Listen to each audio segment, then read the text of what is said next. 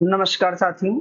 आज के इस वीडियो में हम जानेंगे कि शासकीय सेवकों के लिए सामान्य अवकाश के क्या नियम होते हैं, पात्रताएं क्या हैं, शर्तें क्या हैं। जैसा कि आप जानते हैं, शिक्षक संवर्ग या अन्य शासकीय सेवकों के लिए निश्चित शासकीय अवकाश होते हैं जो संवैतनिक होते हैं, लेकिन कई बार हम अवकाशों के पूरे बारे में पूरी जानकारी नहीं होने के कारण अवकाश के लाभों को भोगने से वंचित रह जाते हैं या अनियमित अवकाश के कारण हमें उसके लिए अपने वेतन से राशि कटवाना पड़ सकती है। तो चलिए शुरू करते हैं आज का हमारा ये वीडियो। साथियों, सामान्य नियम के बारे में हम सबसे पहले बात कर लेते हैं। तो सामान्य नियम जो होते हैं अवकाश के, उसमें सामान्य अवकाश की मांग अधिकार के रूप में नहीं की जा सकती। यानी जो सामान्य अवकाश हमारे होते हैं, जिन्हें आकस्मिक अवकाश भी हम कह सकते हैं, उनकी हम मांग सीधे-सीधे अधिकार के रूप में बिल्कुल नहीं कर सकते हैं। इस बात का हमें ध्यान रखना है। अगला होता है सक्षम प्राधिकारी लोक हितार्थ के रूप में अवकाश स्वीकृत कर सकता है।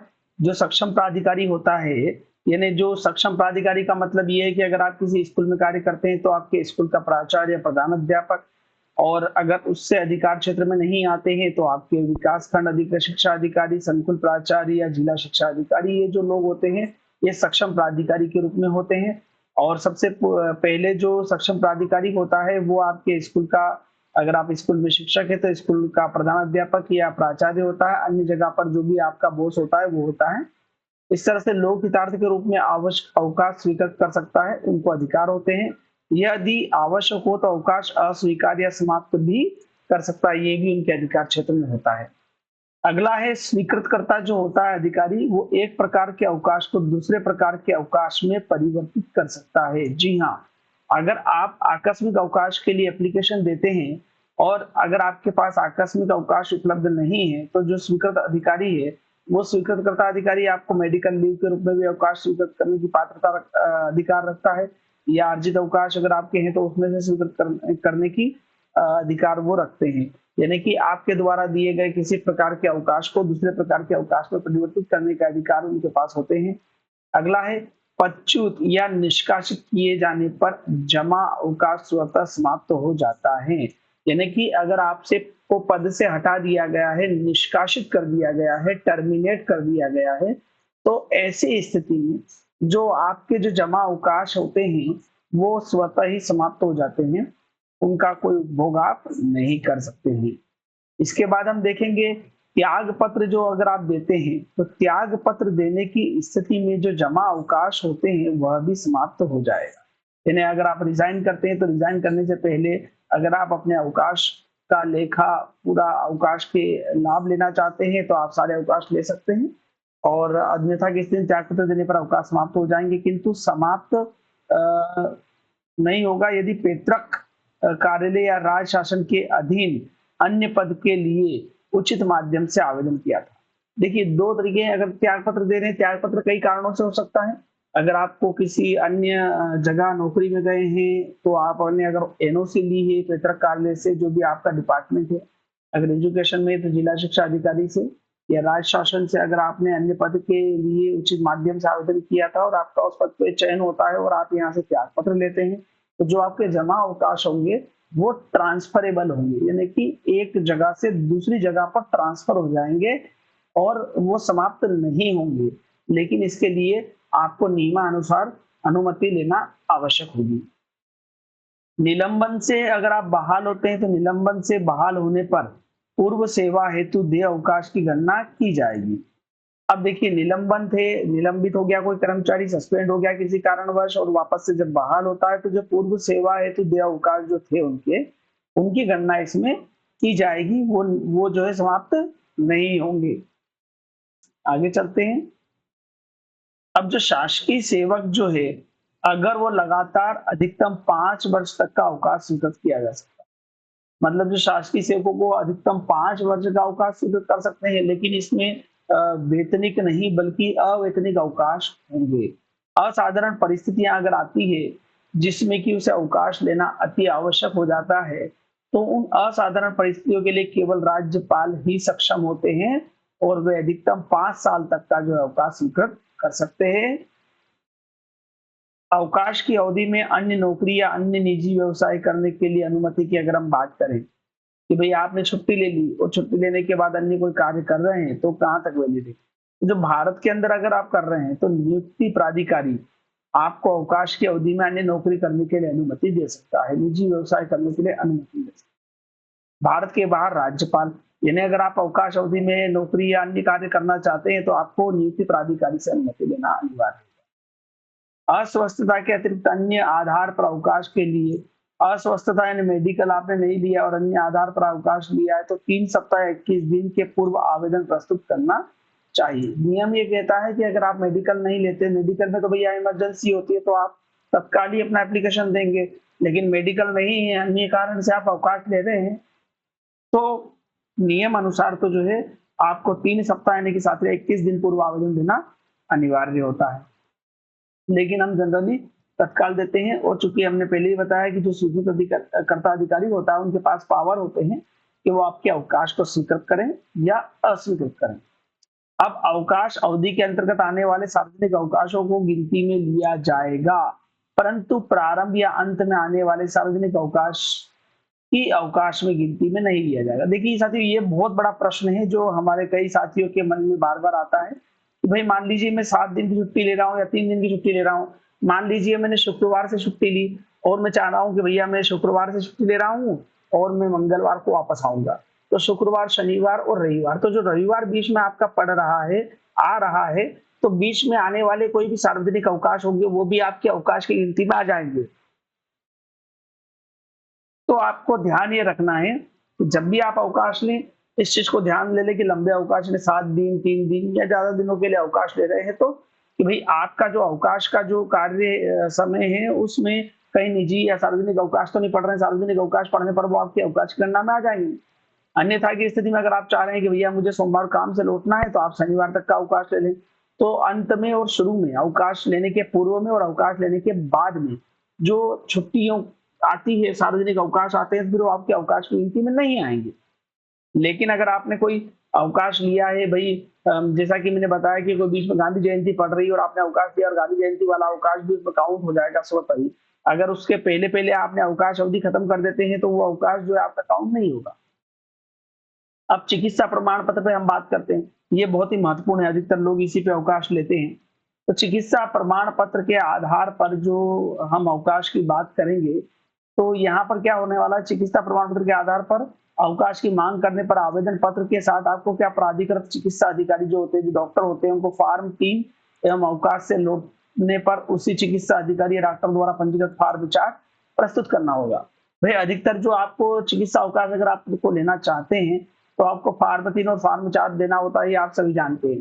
फॉर्म 3 जो आप अवकाश ले रहे हैं तो अवकाश लेने के दौरान एक अवकाश आवेदन पत्र होता है, वो आप अपने प्राधिकृत अधिकारी को दें और साथ में फॉर्म 3 आपको देना पड़ेगा जो डॉक्टर का होगा कि भाई डॉक्टर आपको रेस्ट करने के लिए अवकाश देगा कि 3 दिन 4 दिन के लिए रेस्ट करने की आवश्यकता है और उस आधार पर फॉर्म 3 के आधार पर ही आप अवकाश ले सकेंगे। सेकंड सबसे महत्वपूर्ण चीज की आप जो अवकाश से लौटते हैं तो फिर से आपको उसी डॉक्टर का फॉर्म 4 प्रस्तुत करना होता है। साथ ही अब हम बात कर लेते हैं अवकाश के प्रकारों की। तो अवकाश के प्रकार की जब हम बात करते हैं तो अवकाश विभिन्न प्रकार के होते हैं। सबसे पहले हम जो सबसे पॉपुलर हमारा अवकाश होता है वो आकस्मिक अवकाश होता है, जिसे हम सीएल बोलते हैं। इसे बोलते हैं कैजुअल लीव। कैजुअल लीव है ये जो सामान्य अवकाश की गिनती में आ जाता है। ठीक है, तो ये 1 वर्ष में अधिकतम जो है हमें पात्रता होती है किसी भी शासकीय सेवक को, वो होती है 1 वर्ष में 13 दिवस। यानी 13 दिवस तक आप जो है 1 वर्ष में आकस्मिक अवकाश ले सकते हैं। आकस्मिक अवकाश की गिनती के बारे में भी हम बताएंगे कब से शुरू होता है ताकि आपकी काउंटिंग भी प्रॉपर हो। तो ये ध्यान रखिए, आप महिला कर्मचारी हैं तो 1 दिन विशेष यानी हड़तालिका तीज का अवकाश उनके लिए मान्य है, जो कि भारत मध्य प्रदेश शासन द्वारा काफी पूर्व एक आदेश जारी किया गया था जिसमें 1 दिवस का अवकाश महिला कर्मचारियों के लिए वैलिड है। साथ ही बीच में ही एक आदेश और जारी किया गया है मध्य प्रदेश शासन के तत्कालीन मुख्यमंत्री माननीय श्री शिवराज सिंह चौहान द्वारा कि जो महिलाओं के लिए 7 दिवस का भी एक अतिरिक्त अवकाश दिया गया है। तो 13 दिन तो ये हो गए आपके, 7 दिन 20 दिन और एक विशेष हड़तालिका 21 दिन। इन महिला कर्मचारियों के लिए जो आकस्मिक अवकाश की जो गणना है वो कैजुअल लीव की जो बात हम करेंगे तो वो 21 दिन हो जाएगी।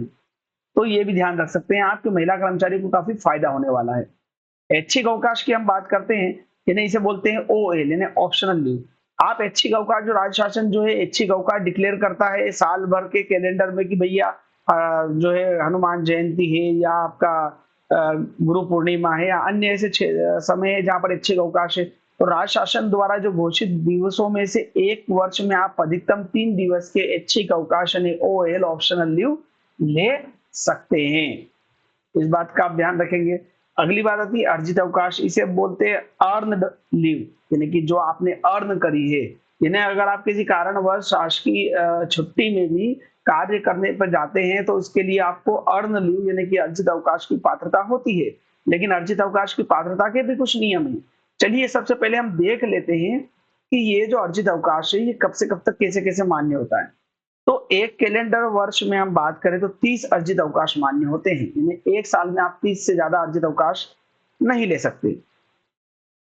अब ये जो अर्जित अवकाश होते हैं एक कैलेंडर वर्ष में 30, इसमें हम बात करते हैं कि 1 जनवरी से स्टार्ट होते हैं या फिर 1 जुलाई से स्टार्ट होते हैं। तो 1 जनवरी और 1 जुलाई को 15-15 दिनों के मान से जमा होते हैं, यानी आपका 1 जनवरी को जमा होगा, 1 जुलाई को जमा होगा। ये 2 समय पर जमा होते हैं आपके अर्जित अवकाश। अब होता क्या है कि हमारा जो शेड्यूल है, जैसे टीचर की बात करते हैं हम, तो जो अर्जित अवकाश होते हैं वो तो जनवरी से कैलकुलेट हो जाते हैं, लेकिन सामान्य अवकाश की हम बात करते हैं तो जुलाई से कैलकुलेट होते हैं, क्योंकि हमारी स्कूल की अवधि वही होती है जून जुलाई की, तो जून से आपके अवकाश चालू हो जाते हैं। तो ये चीजें महत्वपूर्ण है कि भाई एक कैलेंडर वर्ष में 30 ले सकते हैं न्यूनतम। अधिकतम जमा की हम बात करते हैं तो अधिकतम जमा आप 240 दिन से अधिक नहीं कर सकते, यानी कि आप अधिकतम 240 दिन जो है अर्जित अवकाश ले सकते हैं, ठीक है। और एक कैलेंडर वर्ष में 30 दिवस, तो प्रत्येक 6 माह में आप अर्थात 1 जनवरी या 1 जुलाई को जो 240 अर्जित अवकाश की पात्रता है आपको एक साल में आप ले सकते हैं। तो ये जो अर्जित अवकाश की पात्रता का है ये हमने आपको बताया। अब हम बात करते हैं नवनियुक्त कर्मचारी अगर है या सेवानिवृत्त होने वाले अधिकारी या कर्मचारी के संबंध में हम बात करते हैं तो 2.5 दिन प्रतिमाह की दर से अर्जित अवकाश जमा होगा।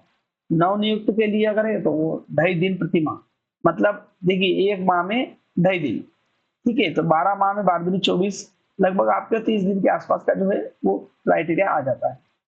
अधिकतम उपभोग की बात करते हैं कि भाई आप अवकाश अब लेना चाहते हैं तो क्या करेंगे। तो जो अधिकतम उपभोग की बात हम कर रहे हैं तो सामान्यतः 120 दिन तक आप अवकाश ले सकते हैं।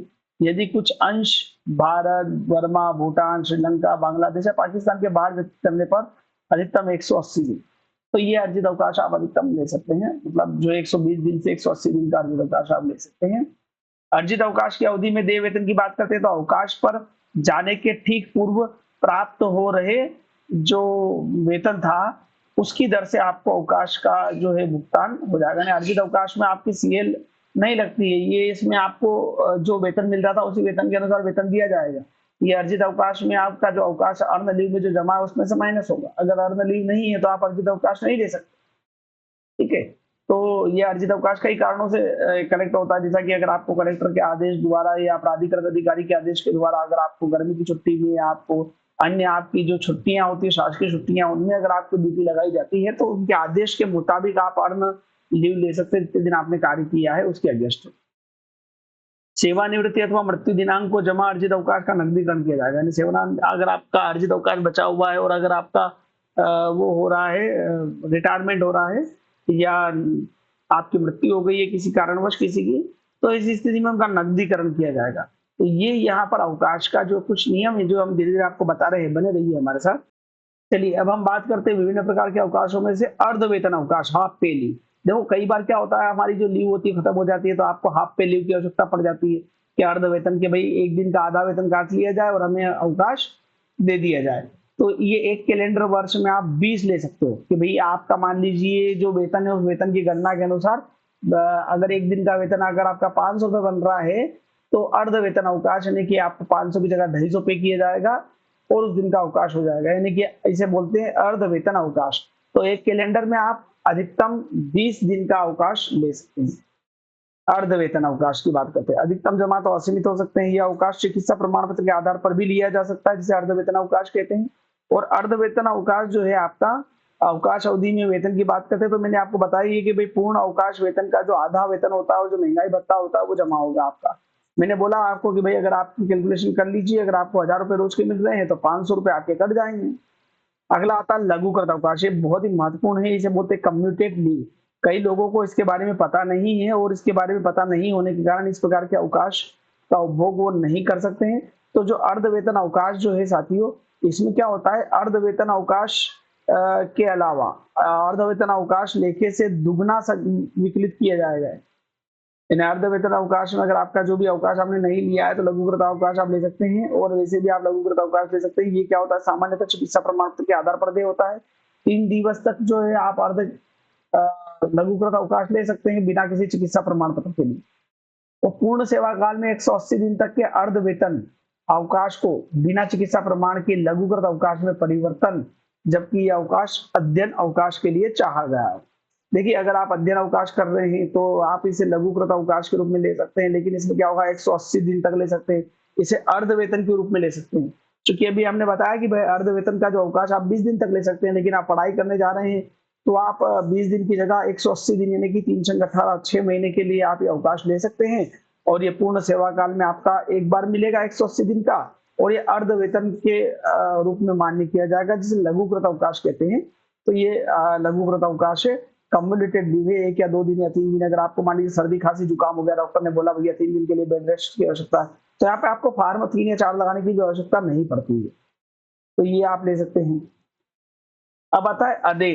अदे मतलब लीव नॉट ड्यू, जो आपका ड्यू ही नहीं है लीव और आप लीव ले रहे हैं। जैसे मान लीजिए मैं कहूँ कि आपकी 13 सीएल है, 13 सीएल खत्म हो गई, फिर भी आप लीव ले रहे हैं, तो इसे बोलते हैं अदेय अवकाश। तो जब खाते में कोई अवकाश शेष ना हो तो स्वीकृत किया जाएगा। भाई मेरे खाते में मान लीजिए मैंने बोला अभी आपसे कि मेरे को जो है सीएल लेना है, मेरी 13 सीएल पूरी हो चुकी है, लेकिन फिर भी मुझे सीएल चाहिए, तो अदेय अवकाश होगा। इसे पूरे सेवा काल में 360 दिन ले सकते हैं, एक समय में 90 दिन ले सकते हैं, पूरे सेवा काल में 180 दिन ले सकते हैं, तब तक बिना चिकित्सा प्रमाण पत्र के। ठीक है, तो देखिए बिना चिकित्सा प्रमाण पत्र के 180 दिन या 6 महीने जो है आप इसको ले सकते हैं। इसमें नो पे नो वर्क नो पे होता है, मतलब आपको पेमेंट नहीं होगा, उतने दिन का पेमेंट आपका कट जाएगा। ठीक है, और बिना पैसे के ये ले सकते हैं, मतलब जितना आपने छुट्टियां ली उतना वेतन आपका कटेगा, इसमें पूरा पूरा वेतन कटेगा, है ना, इसमें कोई संशय नहीं है। पूरे सेवा काल में 360 दिन, 1 साल तक आप पूरे से नौकरी के दौरान जो है एब्सेंट भी लेते हैं, ठीक है, या एब्सेंट क्या कहें, हम छुट्टी लेते हैं, अदेय अवकाश तो ले सकते हैं। और ये डॉक्टर के प्रमाण पत्र पे लेना पड़ेगा। और अगर आप बिना चिकित्सा प्रमाण पत्र के ले रहे हैं तो 6 महीने तक। ठीक है, तो ये एक समय में 90 दिन तक जनरली लिया जाता है। अदेय अवकाश की स्वीकृति वहीं तक के लिए सीमित जितना कि शासकीय सेवक अर्धवेतन अवकाश भविष्य में अपने खाते में जमा कर ले। भाई ये अदेय अवकाश की स्वीकृति भी करने के लिए वो तैयारी करते हैं कि आप शासकीय सेवक जो है उसकी कितनी सेवावधि बची है, और वो अर्ध वेतन अवकाश भविष्य में अपने खाते में जमा कर सकता है क्या, कब तक कर सकता है, ये चीजें। आधे अवकाश अवधि में वेतन की बात करते हैं तो पूर्ण अवकाश वेतन का आधा, जो पूर्ण अवकाश वेतन आप लेंगे, पूर्ण अवकाश का वेतन का, तो उसका आधा इसमें आपको वो लगेगा। इसके बाद बात करते हैं असाधारण अवकाश यानी एक्स्ट्रा ऑर्डिनरी लीव। जब नियमानुसार किसी अन्य अवकाश की पात्रता ना हो, शासकीय सेवक लिखित में मांग करें। भाई नियमानुसार कोई एक्स्ट्रा ऑर्डिनरी लीव, भैया मुझे तो अवकाश है ही नहीं, फिर मुझे अवकाश लेना, तो ये अवकाश लिखे में विकलित नहीं किया जाएगा, इसे तो कोई अवकाश वेतन दे नहीं है। ये एक्स्ट्रा ऑर्डिनरी लीव लेते हैं तो इसमें कोई वेतन नहीं मिलेगा, आप अवकाश ले सकते हैं, पर यह अवकाश के लेखे में इसकी एंट्री नहीं होगी। विशेष प्रकार के अवकाश में आ जाते हैं ये प्रसूति अवकाश यानी मैटरनिटी लीव। महिला कर्मचारी जो हैं जिनके 2 या 2 से कम जीवित बच्चे हैं, तो प्रसूति होने पर 180 दिन एवं गर्भपात होने पर 45 दिन। ठीक है, तो ये आप ले सकते हैं। तो यहाँ पे जो है मैटरनिटी लीव है, प्रसूति अवकाश, जब कोई महिला कर्मचारी प्रेग्नेंट है और बच्चे का जन्म होता है तो प्रेगनेंसी टाइम पे ले सकते हैं, और बच्चे के जन्म के दौरान ले सकते हैं, तो 2 बच्चे से कम है तो ये क्या है, प्रसूति हो गई तो भैया 180 दिन ले सकते हैं, 6 महीने का मैटरनिटी लीव मिल जाएगा। प्रसूति अवकाश में वेतन पूरा पूरा मिलेगा, कोई दिक्कत नहीं। एक होता है पेटर्निटी लीव, यानी कि पिता भी शिक्षा के या कर्मचारी है, पिता जो है वो 15 दिन तक ले सकता है, लेकिन जो माता है वो 180 दिन तक ले सकती है। अब प्रसव के 15 दिन के पूर्व या प्रसव दिनांक से 6 माह तक ये ले सकते हैं। ठीक है, इन्हें आपकी घर में डिलीवरी हुई है तो आप 15 दिन का पुरुष ले सकता है, अगर कर्मचारी है तो, महिला कर्मचारी है तो 180 दिन यानी कि 6 महीने का ये अवकाश ले सकते हैं, जो कि पूरे वेतन के साथ आपको मिलने वाला है। संतान पालन अवकाश यानी सीसीएल चाइल्ड केयर लीव बहुत ही महत्वपूर्ण है महिला कर्मचारियों के लिए। ये है और ये पूरे सेवा काल में 730 दिवस ले सकते हैं। तो बहुत बड़ी लीव है। 365 दिन 1 साल के होते हैं, तो ये जस्ट उसके डबल है। तो ये लगभग 2 साल का जो है अवकाश है, ये ले सकते हैं आप 730 दिवस का। एक कैलेंडर वर्ष में केवल 3 बार ही लिया जा सकता है। आप टुकड़ों में भी ले सकते हैं इसे, सीसीएल को, ठीक है। कम जितना आपको रिक्वायर्ड है उतना ले सकते हैं। 18 वर्ष से कम आयु तक की 2 ज्येष्ठ जीवित संतानों के लिए लिया जा सकता है, उनकी देखभाल के लिए हम बात करेंगे इसकी, तो सीसीएल लिया जा सकता है। अवकाश प्रस्थान से पूर्व प्राप्त वेतन जो मिल रहा होगा वो वेतन इसमें मिलेगा। पृथक से अवकाश लेखा संदर्भ इसका भी नहीं होगा। आगे चलते हैं तो विशेष प्रकार के अवकाश। ये विशेष प्रकार के अवकाश क्या होते हैं? दत्तक ग्रहण अवकाश, अधिकतम 67 दिवस की अवधि के लिए। दत्तक पुत्र अगर आपने लिया, अब देखिए पात्रता किसको होगी? महिला शासकीय सेवक को होगी जिसकी प्राकृतिक रूप से जन्मी केवल एक जीवित संतान हो। अगर कोई महिला कर्मचारी है और उनकी एक ही जीवित संतान है और वो जो है अन्य बच्चे को ग्रहण कर रही है, ले रही है, अपना बच्चा नहीं है लेकिन दूसरे बच्चे को ले रही है, जिसे बोलते हैं दत्तक संतान, तो वो ग्रहण करना जो होता है तो उसके लिए जो है दत्तक लिए गए बच्चे की आयु 1 वर्ष तक होनी चाहिए। अगर 1 वर्ष से ज्यादा की आयु का बच्चा है तो ये दत्तक अवकाश मान्य नहीं होगा। और अधिकतम 2 बच्चों के दत्तक ग्रहण करने तक ये अवकाश लिया जा सकता है। उसके बाद अवकाश प्रस्थान से पूर्व प्राप्त वेतन इसमें मिलने वाला है। दत्तक पुत्र अगर आपने लिया, गोद लिया किसी बच्चे को, तो अगर आपकी 2 या 2 से कम जीवित संतान, मतलब 1 या 1 से कम जीवित संतान है, तब आप इस दत्तक पुत्र को ले सकते हैं। अधिकतम 2 बच्चों को दत्तक पुत्र के रूप में ग्रहण कर सकते हैं या ले सकते हैं, और इसमें 1 वर्ष का अवकाश आपको मिलेगा। बच्चे की आयु 1 वर्ष होना चाहिए, इस बात का भी आपको ध्यान रखना है। तो ये महिला कर्मचारियों के लिए विशेष अवकाश है। अब आगे चलते हैं विशेष निर्योग्यता अवकाश में, स्पेशल डिसेबिलिटी लीव। अब मान लीजिए डिसेबल हो गए, विकलांग हो गए, तो क्या? तो शासकीय कर्तव्यों के निष्पादन में या उसके फलस्वरूप पहुंची चोट, अगर कोई शासकीय कार्य कर रहे हैं, स्कूल में आते समय गिर गए, जाते समय गिर गए, एक्सीडेंट हो गया, ठीक है, तो स्पेशल डिसेबिलिटी लीव ले सकते हैं। अवकाश की गणना कैसे होगी? तो भाई जितना चिकित्सा अधिकारी द्वारा प्रमाणित हो, किंतु 24 माह से अधिक नहीं। भाई मान लीजिए जो डॉक्टर आपको बोल रहा है कि भाई 10 दिन, 20 दिन, 1 महीना, 2 महीना, 4 महीना, 6 महीना, अधिकतम आप 24 महीने, 2 साल तक का जो है डिसेबिलिटी लीव ले सकते हैं। प्रथम 120 दिनों के लिए अर्जित अवकाश के वेतन के बराबर मिलेगा आपको भैया। अर्जित अवकाश के वेतन के बराबर जितना वेतन आपका अर्जित अवकाश में बनता है, लेकिन तो भाई अवकाश का वेतन आपको इसमें मिलेगा, आपको फुल पे मिलेगा 120 दिन तक। तदुपरांत अर्ध वेतन अवकाश के बराबर वेतन मिलेगा। यानी कि इसमें क्या करा भैया कि 120 दिन तक अगर आप ले रहे हैं, है ना, तो 4 महीने तक के लिए वेतन आपको पूरा मिलेगा। 4 महीने के बाद ये वेतन आपका आधा हो जाएगा। अब हम बात करते हैं आकस्मिक रूप से लगी चोट के लिए भी अवकाश दिया जा सकता है। अचानक से आपको चोट लग गई तो आप ये अवकाश ले सकते हैं, स्पेशल डिसेबिलिटी लीव जिसे हम बोलेंगे। अब आता है अध्ययन अवकाश, स्टडी लीव की हम बात कर लेते हैं। ये भी काफी महत्वपूर्ण है। कई शासकीय सेवकों को स्टडी करने के लिए, पढ़ाई करने के लिए अवकाश की आवश्यकता है, तो पूरे सेवा काल में जो है ये 24 माह तक लिया जा सकता है, ठीक है। अगर पूरा जो सेवा काल आपका है उस सेवा काल में हम 24 माह तक, यानी 2 साल तक ले सकते हैं। साधारणतः एक समय में 12 महीने तक का ये स्टडी लीव ले सकते हैं। इसमें क्या होगा? जिन शासकीय सेवकों का सेवा काल 5 वर्ष पूर्ण नहीं, यह जो अवकाश समाप्ति तिथि के 3 वर्ष में सेवानिवृत्त होने वाले हो, उन्हें पात्रता नहीं।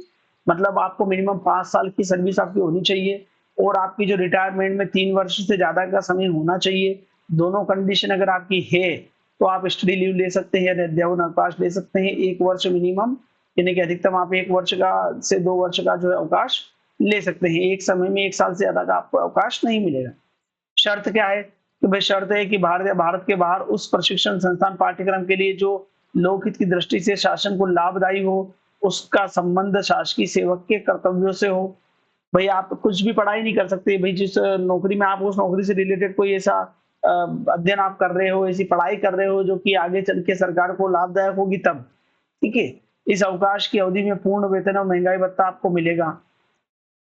अन्य भत्ते नहीं मिलेंगे इसमें, लेकिन महंगाई भत्ता और पूर्ण वेतन आपको मिलेगा। तो आपको ये अध्ययन अवकाश ले सकते हैं, ठीक है। अध्ययन अवकाश के बाद हम बात करते हैं, तो ये जो मुख्य अवकाश हमने आपको बताए हैं, ये सारे अवकाश के पीडीएफ भी हम वीडियो के डिस्क्रिप्शन बॉक्स में दे रहे हैं, जहां से आप इसे डाउनलोड कर सकते हैं। इससे रिलेटेड कोई आपकी क्वेरी हो, कोई आपका प्रश्न हो, तो आप हमें कमेंट बॉक्स में कमेंट कर सकते हैं। ये सारे अवकाश की गणना आपके विधिवत होती है, तो अवकाश की जानकारी होना आपको काफ़ी महत्वपूर्ण है। तो इस प्रकार सारे अवकाश की जानकारी हमने आपको बताई। अगर आपको इससे संबंधित कोई प्रश्न हो तो आप हमें कमेंट बॉक्स में कमेंट कर सकते हैं। वीडियो देखने के लिए धन्यवाद। जय हिंद। कृपया वीडियो को लाइक, कमेंट, शेयर तथा digital education portal YouTube channel को सब्सक्राइब करना ना भूले। प्रतियोगी